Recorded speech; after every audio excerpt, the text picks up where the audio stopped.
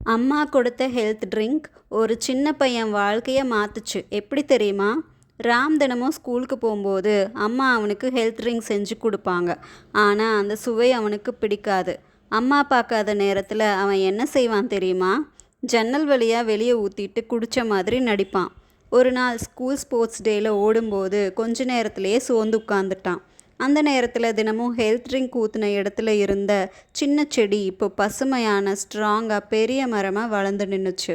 அவன் அதை பார்த்து அதிர்ச்சியாக நினச்சான், நான் குடிக்காத அந்த ஹெல்த் ட்ரிங்கை இந்த மரம் குடிச்சு பலமாயிடுச்சே.